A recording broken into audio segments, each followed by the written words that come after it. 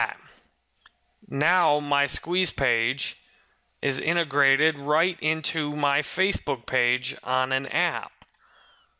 If I scroll up the screen a little bit here, you can see I have an app link right here on Facebook.com. I've got my exact lead page you just saw integrated, and it even has my Facebook page connected with the amount of likes, and it has my comments below that match with my Facebook page. How cool is that?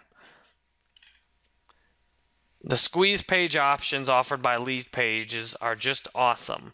And if you want to see even more, I'll show you on my website. Look at this. The same squeeze page is on my website with WordPress the exact same way. So all you need is to make this one squeeze page, and you've got everything you need. You will want to test different formats, obviously, and at some point I may add a lecture just on making the squeeze page. But to get your ads running best and to give you a squeeze page that works really well, you just go to leadpages.com. You can sign up and get yourself a lead page that works for you. Are you ready to see how to make an awesome Facebook page post? Here we go. There's two very different structures based on what you want to accomplish. I'm going to show you first mine, which is more of a business or lead conversion kind of structure. You can see in this post I've made, I have no pictures. I intentionally took the pictures out, and I have just links.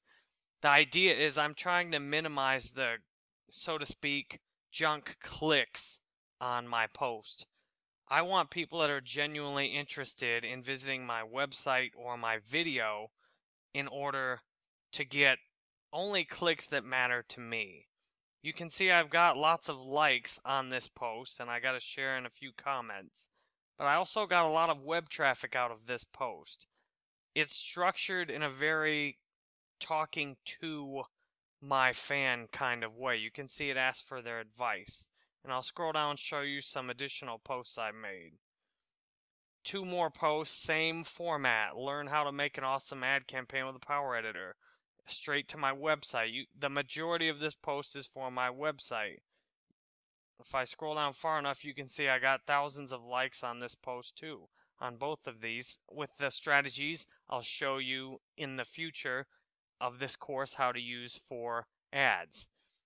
These are great for lead conversion or web traffic or business exposure. If you're trying to do more of a strictly engagement or more of a fun kind of page, let's take a look at someone else who does a good job. George Takai does a great job with his page. I'll show you what he does. Here's a brand new post he made just a minute ago. You can see a little bit of maybe a gimmicky thing done here with playing Let's Play Tag a Friend, so to speak. He's encouraging his post. Well, he's not probably actually making the post, but whoever's doing his social media is encouraging people to share and tag this post. You can see it's working too. In just a minute, he's got thousands of people that like it with lots of shares and almost 1,000 comments. That's just within 2 minutes of the post. This format can work excellent for you if you want to get the same results. Now, promoting a post like this has got outstanding engagement, 145,000 likes, 51,000 shares, but a post like this may or may not actually work in Facebook ads.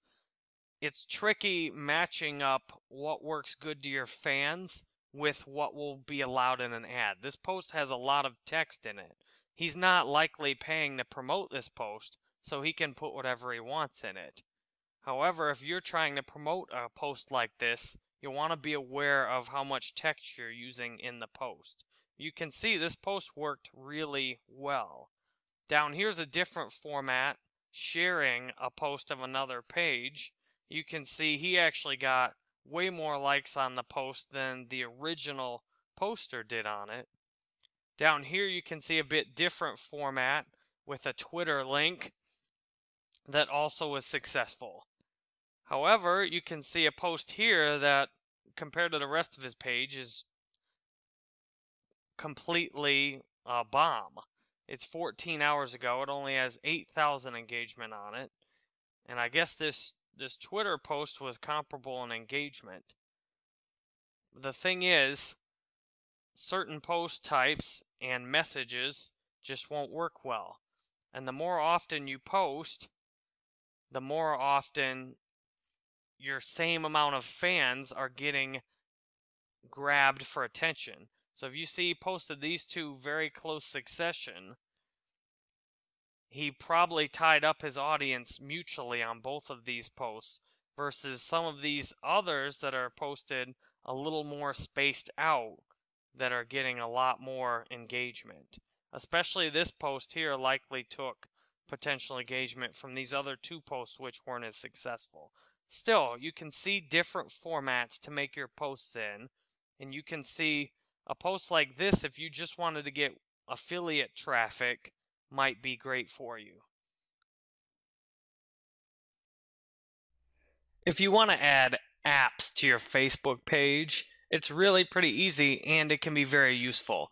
Let's take a look at what I mean. For example, on my page, there's the YouTube app. The YouTube app is really cool if you have a YouTube channel because you can pull your huge featured video here and then all of your recent videos down there. It makes it very easy to share your YouTube channel. You can add this app by searching in YouTube. You can see the other apps I have. The photos and the videos are default and the likes are default Facebook apps. But these two apps are custom apps I've added. You can edit an app at any time by clicking the edit button on the app after you've clicked this little arrow to open it when you're the page admin. You can swap the positions of the app like that, or you can remove the tab from the favorites or edit the settings, link to it, or uninstall it. I guess you would want to know how to install one first, right? What you can do is add a tab if Facebook already has one.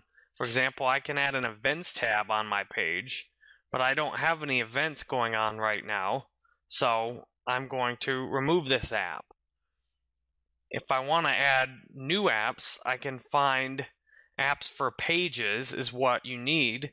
And say if you're a band, you could add the band profile app, or if you play Star Wars or use Pampers or any other things like that, you can add these apps to your page. Now that's one way to add the app to your page. You obviously have to click and go through all their settings and confirmation windows.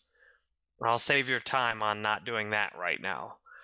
If you want to add apps another way, you can use some kind of third-party integration. I will show you lead pages that I went over before. I have my lead pages here, and now all I have to do to put a lead page in Facebook is click Add to Facebook Page. I choose a Facebook page. For this one, I'll choose a backup page I have that I don't use much. And then I click Add Page tab. And bam, here's this page tab on another one of my Facebook pages. And you can see I can edit the name on it if I want to. Custom tab name, Hire Us. And now the name changes to Hire Us. And if, say, I get sick of this app, I can just uninstall app and there it's gone. So when you want to get some apps on your page, it can add great functionality and user experience to your page, and it's really quite easy to do. Time to learn Facebook conversion tracking. It's really easy once you do all the steps for it and bring up the pages you need. So I recommend bringing all the pages you need up at once. If you're using WordPress, you want to start by bringing up whatever page you need to put the conversion code on.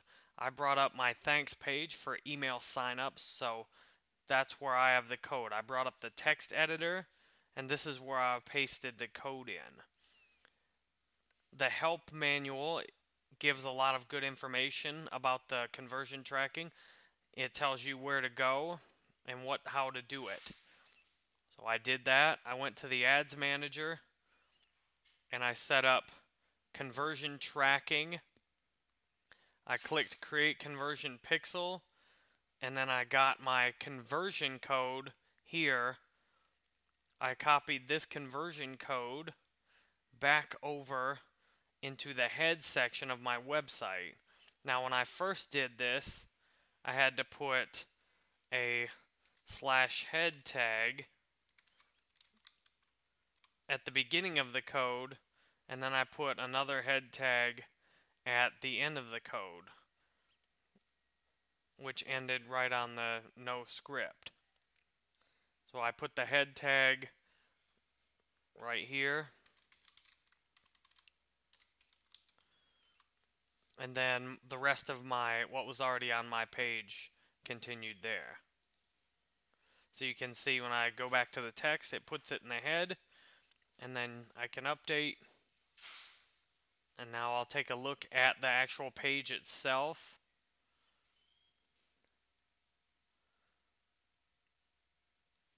And you can see I have a very simple thanks page. Thanks for joining my email list. But what you can't see is the Facebook conversion tracking code is in there. And now I can see the pixels active on the conversion tracking. I can see it's active, and that means in the past 24 hours, someone has looked, which was me, at the page with the conversion code on it. This means I can now create an ad and select this conversion tracking pixel and then optimize by conversions. If I wanted to do it again for a different objective, I just go to create conversion pixel, pick a category. For example, if I wanted to do it after my checkout page, I could say jerrybanfield.com checkouts. Create the pixel, and then I would do the same thing on the checkouts page. I hope this has been helpful for you, and I'll show you how to create and optimize and analyze campaigns by conversions in later lessons. Time to learn Facebook conversion tracking. It's really easy once you do all the steps for it and bring up the pages you need. So I recommend bringing all the pages you need up at once. If you're using WordPress, you want to start by bringing up whatever page you need to put the conversion code on. I brought up my thanks page for email signups, so that's where I have the code. I brought up the text editor, and this is where I pasted the code in. The help manual gives a lot of good information about the conversion tracking. It tells you where to go and how to do it. So I did that. I went to the ads manager and I set up conversion tracking. I clicked create conversion pixel, and then I got my conversion code here. I copied this conversion code back over into the head section of my website.